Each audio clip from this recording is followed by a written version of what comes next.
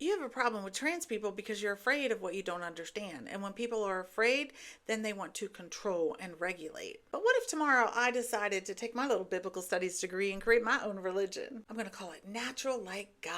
And then I could build this huge following of people who decide not to change their appearance, to stay natural like God made you. So no braces, no hair dye, no eyelashes, no Botox, no breast implants, no nose job, no shaving, no makeup. And I decided to pressure politicians and get that legislated and to take away everybody's free will from being able to express themselves the way they want to.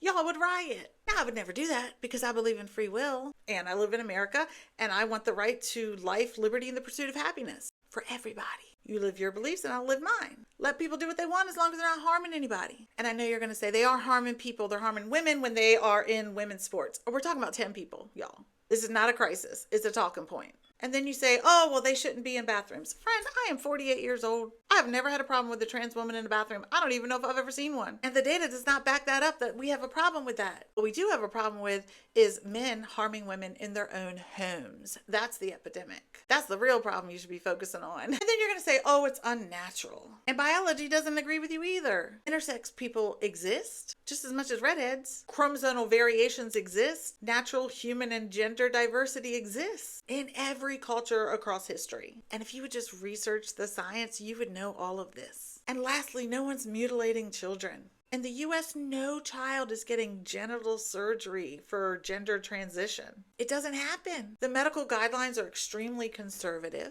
Puberty blockers can be reversed. And top surgery is extremely rare for minors. And it requires extensive evaluation and approvals. I think the real issue is people don't like what is different. They don't understand it, so they attack it. But stripping people of their rights because you're uncomfortable is not morality. It's fear. And when fear starts dictating laws, we will lose all the freedoms that this country was built on. So if you truly care about God's will, then remember that forcing your beliefs on other people is not the example Jesus gave us. Let people be themselves as long as they're not harming anyone. Let them live just how you want to live. That's the only way any of us get to be free.